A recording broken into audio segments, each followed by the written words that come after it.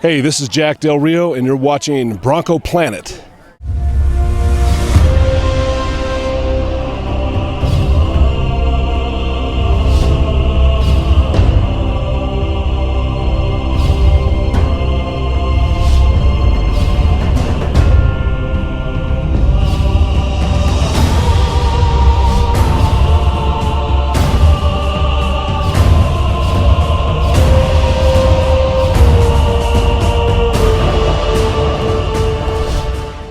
Well, howdy there, Bronco fans. What a terrific day in Denver, Colorado. We got Chris here, Shad, Danny. Actually, you're not going to believe this, folks. We do have day jobs, and Danny's busy, just swamped this week, couldn't make it into the studio, and he'll actually be covering the New England game solo maybe next week. We'll see what happens. But anyway, hey, there is time to celebrate. Chris, what are your thoughts after that 37-6 victory?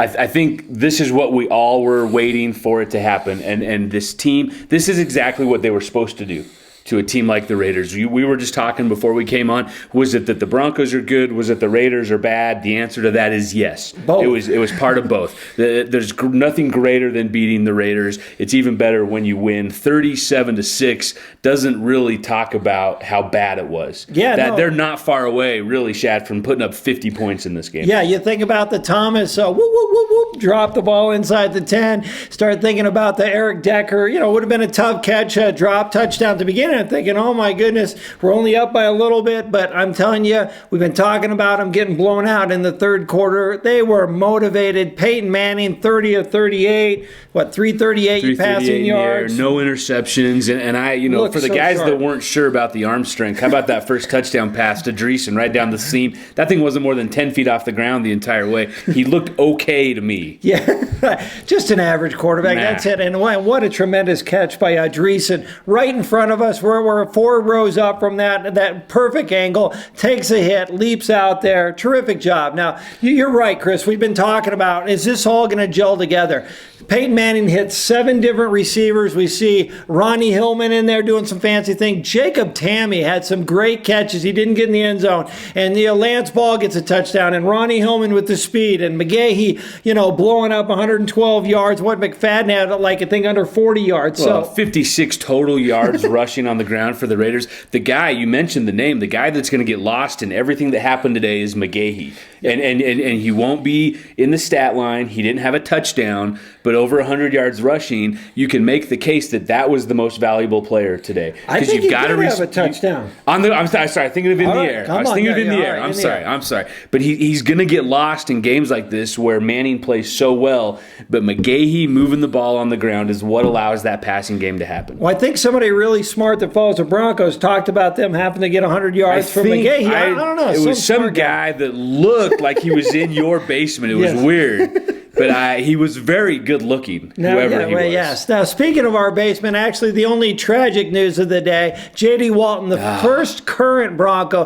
that ever came to our set of Bronco Planet, looks like could possibly be out all year. Yeah. Perhaps broken ankle, and then, the guy limps off the field. That was tough. But, football is a violent sport. We've seen that time and time again. Chris Cooper's just starting to come back, and how brilliant is that move, bringing in a veteran center a couple weeks ago? Yeah. Signing Dan Coppin from the Patriots. That looks like a great move. I know in the post game, everything you heard and everything you read from Manning, he was extremely complimentary of him. And if that's a guy, a seasoned veteran that knows what's going to happen in the league, geez, how much more fortunate are you that you don't have some rookie that you're bringing off of the bench to try to come in and learn, this kind of offense at this pace. Hopefully, fingers crossed it doesn't look good for Walton, but we wish him all the best getting back. And if it does happen to be a season-ending injury, hopefully they've got the right guy there to back him up. Now, the only thing else that was a little suspect today, now I like trickery, I've talked about variety, but I don't think the pass from, I don't think we need Prater throwing to Zane Beatles. I like getting crazy, I like mixing it up, that may be pushing it. You may want to scratch that one. The guy who feels best of all tonight is Brock Osweiler. Yeah. It's like, geez, Prater's not taking my job. I mean, that's... Although Prater, and I don't know how this works, but go look it up yourself. Prater finishes a game with the 39 quarterback rating, which happens to match that of Mark Sanchez today. So, I think they're pretty comparable. When I'm guessing in a fantasy league, there are guys that would take Prater ahead of Sanchez at the quarterback position. It's that bad in New York. And the best thing about it is, guess what's coming this week to New York? Can you start? I can hear it. Can you hear it in the background? Yeah. I hear the Tebow. So that whole Mickey Mouse has happened. We happen to have a Hall of Fame quarterback in our town right now. So anyway, hey, before we get rolling, you know about what time it is right now. We got to celebrate this victory. Well, the way we, how we roll. roll. When we celebrate, there's only one way we celebrate. It's time for the prize monkey.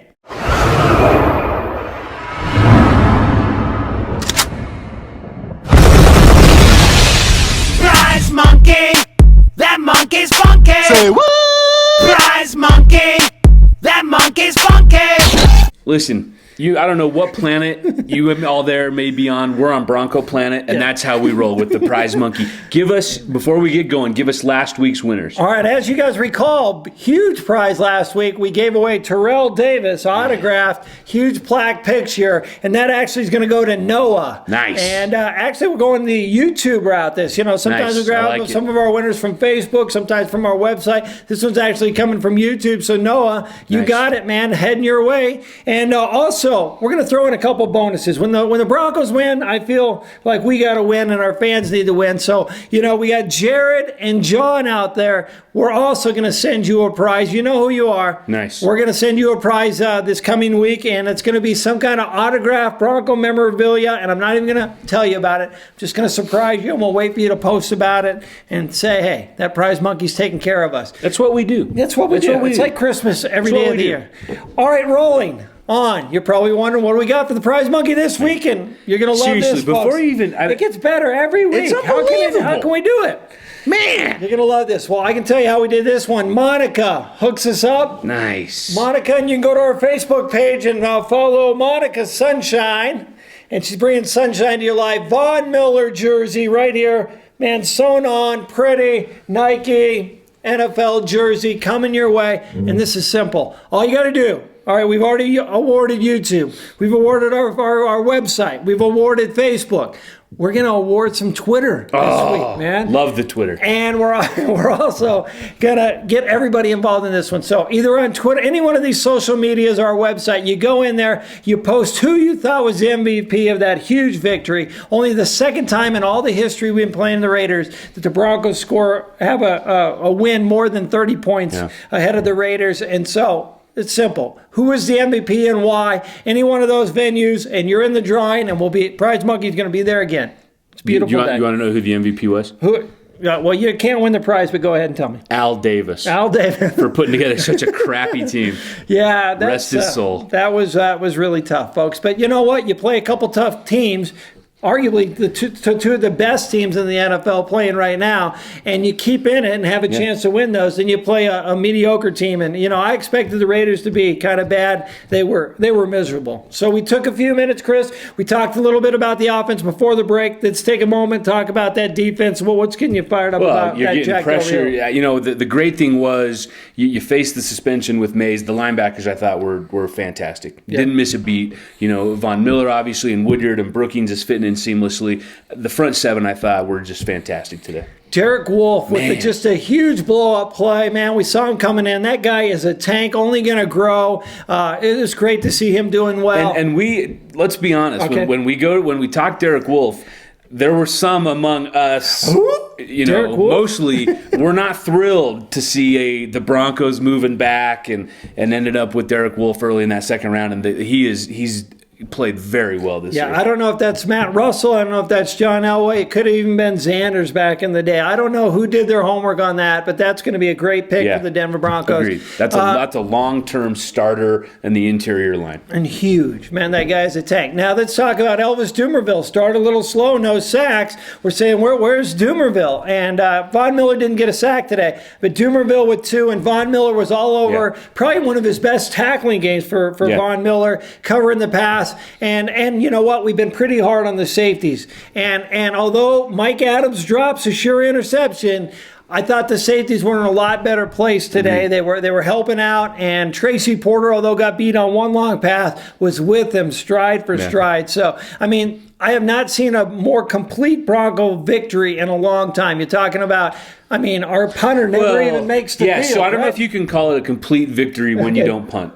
Because that we've kind of Colquitt needs to do more. Is that what you're saying? Well, I don't know. Maybe there's a new fake punt where he takes this or a fake field goal and pitches it to Prater and then gets it back. Maybe that's what. And maybe he throws it to Franklin. Can you see someone trying to catch Franklin? That would be crazy. I like that. I like where your head's at. And Champ Bailey. It's Champ Bailey. I just every time I see that guy, you can't be more impressed with a football player. Probably in my mind, one of the best, if not the best, cornerback to ever play the game. And David Bruton, our special teams guy, coming up, blocking a punt. I know you'll read the paper. You'll say, wait a minute, Chad, that's not a block punt. Right. It rolled 2 yards past the line of scrimmage. Doesn't officially count, but we all know what happened. David Bruton, great job. And what a story. David Bruton was likely not going to make the team. Right.